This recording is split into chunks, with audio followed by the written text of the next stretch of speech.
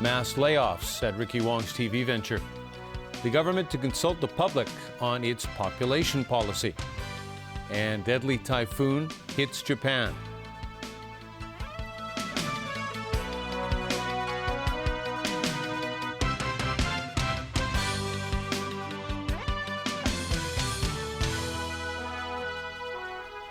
Good evening. There is fallout today from the government's announcement to grant 2 new free-to-air television licenses. Hong Kong Television Network, which did not get a license, is considering whether to legally challenge that decision.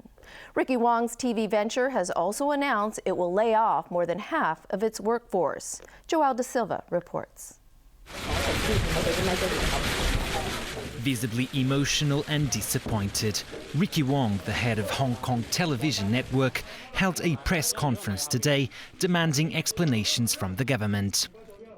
係忍唔住嘅。2年多前 After $900 million was pumped into his dream of setting up a competitor to TVB and ATV in the free TV market, the entrepreneur saw it dashed by the government's decision to reject his company's application for a license. Wong today called that a black box operation, and he wants to know why he was rejected. I wish the government can stand out and tell us what is happening. Okay, what is my score of this process? Okay, what is the score of the others? Even if it's the singing context, okay, like this Sundays, okay? At least, everybody will know their score, right? Let me know my score. The government yesterday announced that it would grant free-to-air licenses to 2 existing pay-TV operators, PCCW and iCable Communications. Claiming that his company is the most capable of all 3 applicants, Wong says his legal team is now deciding whether to fight back. Definitely for the interests of the company shareholders and our colleague, I don't see any reason why not to go for a JR. I mean, the benefit of the JR is not only for my company, but also for the whole of Hong Kong. Wong, who also described the decision to lay off 320 of the station's 500 workers as painful, said the public is on his side. A Facebook page set up in support of the company has received more than 350 likes in 24 hours. Indeed, the government's decision to reject HKTV's bid for a license runs counter to the expectations of many in Hong Kong, including the Communications Authority, which had earlier recommended that all 3 licenses be granted. Joelle De Silva, TVB News.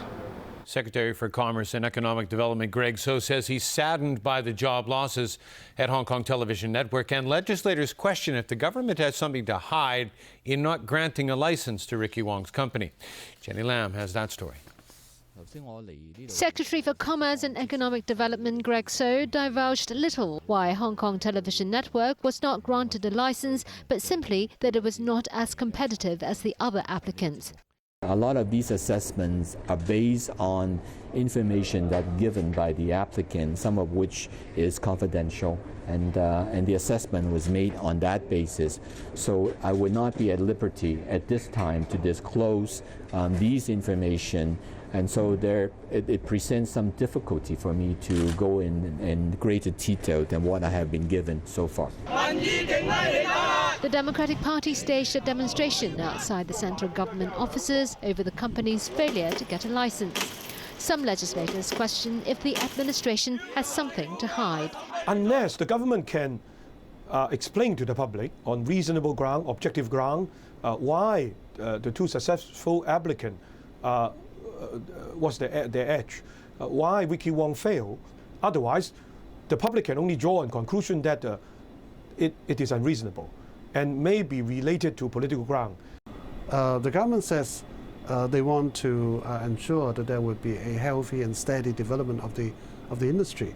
But that is a matter for the industry to decide. It's a matter for market forces to decide who should stay and who should not stay. Because the government didn't release 1 more license for another TV company. So there's a lot of questions in our general public's mind. Why this two, not this one? Why three? Why two, not three? Chen Yunhan of the Federation of Trade Unions also wants an explanation from the government. She hopes PCCW and iCable, which did get their licenses, can absorb those made redundant at Hong Kong Television Network. Jenny Lam, TVB News. Other news now, and the government will publish a consultation paper next week on its population policy. Sources say the focus will be on how to tackle problems caused by an aging population and a shrinking workforce. One proposal is for the government to subsidize artificial insemination as a way to boost the birth rate. Jenny Lam again. Hong Kong women are getting married and having babies later in life these days. According to government figures, the median age at which they give birth for the first time went up from 25 years old in 1981 to over 30 last year. The birth rate is now 1.1 children. That is, for every 100 couples, there are only 55 babies. If the downward trend continues, by the next generation, 30 people will have to support 155 parents and grandparents. A falling birth rate in turn results in an aging population, greater welfare expenses, manpower shortage and slower economic growth. Sources say a new consultation document on the government's population policy will put forward various ways to encourage people to have babies. Data from the Council on Human Reproductive Technology shows that here in Hong Kong, the number of people who sought help to get pregnant rose from just under 5,000 in 2009 to more than 10,000 in 2011. Private hospitals that provide such services welcome possible government subsidies for artificial insemination. They say right now, aspiring parents have to wait at least 6 months on average before they can get the treatment they need. If the hospitals are to expand their services, they will need to train more staff. Obstetrician Tung Hiu Fong says they need qualified nurses and specialists. Artificial insemination could cost hundreds of thousands of dollars. Sources say the consultation paper will also look into ways to encourage people to start a family at a younger age, because that could be a more cost-efficient way of boosting the population. Jenny Lam, TVB News. In Japan, at least 17 people were killed and 50 are missing after Typhoon Whippa triggered a massive landslide on an island off Tokyo. While no major damage came to the capital, public transportation was paralyzed, leaving thousands stranded at train stations and airports. Whippa kicked up hurricane-force winds in Japan's east coast by packing winds of up to 180 kilometers an hour. Being in the direct path of the storm was the resort island of Izu Oshima. The popular weekend destination was pelted with a record 122.5 millimeters of rain per hour. That caused the volcanic mountainous region to buckle under pressure, unleashing one deadly mudslide.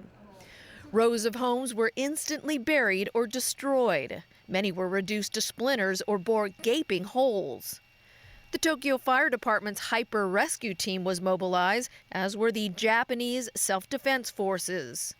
Among the wreckage, rescue workers found many bodies, most buried by mudslides, but the search for dozens still missing presses on. 30 million people in metropolitan Tokyo were largely spared, but heavy rains did wreak havoc during the morning rush hour. More than 500 flights at Haneda and Narita airports were canceled. Taking no chances, the city shut down subway lines and closed thousands of schools. Over at the crippled Fukushima Daiichi nuclear plant, Tokyo Electric Power Company began feverishly pumping out rainwater at the tanks containing radioactive water. Plant workers scrambled to ensure excess contaminated water was not released into the sea. Japan is not out of danger yet. Local meteorologists warn more heavy rains and winds are expected to batter the country's north. At least 9 people are dead after a Chinese-owned cargo ship hit a seawall and partially sank off South Korea's southeastern coast. The 8,500-ton ship was anchored off the port city of Pohang, but high waves forced it against that seawall. 8 were rescued and 2 are still missing. 18 of the 19-member crew were Chinese and the other Vietnamese. The ship, owned by China's Lishan International Shipping and registered in Panama, was carrying about 130 tons of bunker oil. The South Korean Coast Guard says there may have been a problem with the ship's anchor. Emergency crews and survivors in the central Philippines have been spending a grim day, sifting through the destruction after a 7.2 magnitude earthquake tore through the region. 3 people were pulled from the rubble in Cebu amid shattered buildings and crumbling roads. The number of dead has risen to 144, with Cebu and Bohol Island absorbing the brunt of the earthquake and its aftershocks. Historic buildings, hospitals, and churches have been heavily damaged, and power has been knocked out to much of the area. Aid is being rushed to the region, and survivors are being put up in temporary shelters. Rescuers say they expect the death toll to rise as communication is reestablished with isolated areas. It was a day of chaos in the U.S. Congress yesterday after House Republicans introduced a new partisan bill to avert government debt default, angering Democrats. However, the day ended with renewed optimism after the last-ditch effort by the conservative Republicans collapsed. Here's Alan Booknia. It had appeared that Senate Republicans and Democrats were on course for some sort of compromise. Then Republican House Speaker John Boehner introduced a House of Representatives version of legislation that would keep the government running in exchange for concessions on President Barack Obama's health care law. Listen, we're working with our members on our way forward and to make sure that we provide fairness to the American people. The plan was greeted with anger from Democrat senators who had been negotiating with their Republican counterparts to reach a compromise. I know I speak for many of us who've been working in good faith when I say that we felt blindsided by the news from the House. But this isn't the first time.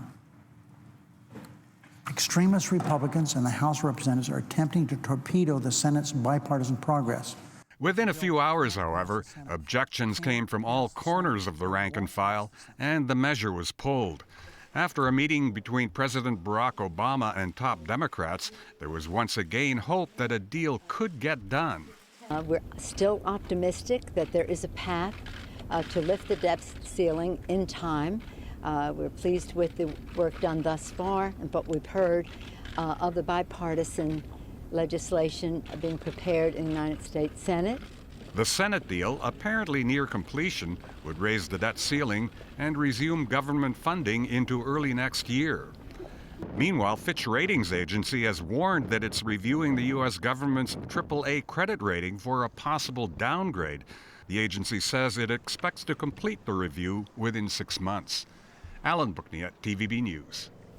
And when we come back, Len Cheng-Ying survives no confidence motion in Legco. England booked Brazil World Cup ticket. And not your everyday visitor to the drugstore.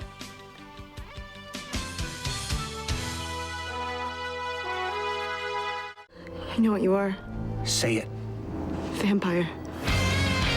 I don't have the strength to stay away from you anymore. You don't. I'm the world's most dangerous predator. I'm designed to kill. I don't care. You brought a snack. Sunday, FWD Insurance presents Twilight on Pearl's Weekend Blockbuster.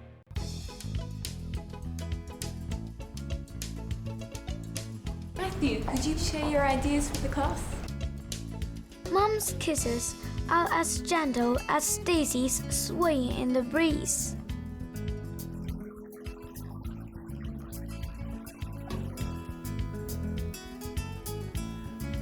Matthew 啊 ，Jackie 屋企太遠啦，不如下次先去啊。到好朋友家的路怎麼會遠呢？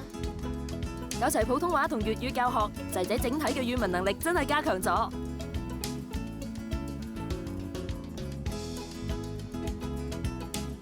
囡囡而家3年班，中英文嘅潛質都好高。如果有一套教材可以幫佢快啲追近中學嘅程度，我梗會考慮啦。Oxford Path Primary 真係好似專科老師跟咗你翻屋企咁，隨時隨地講解中英文。想知道小朋友嘅中英智能有幾高？快啲打上嚟預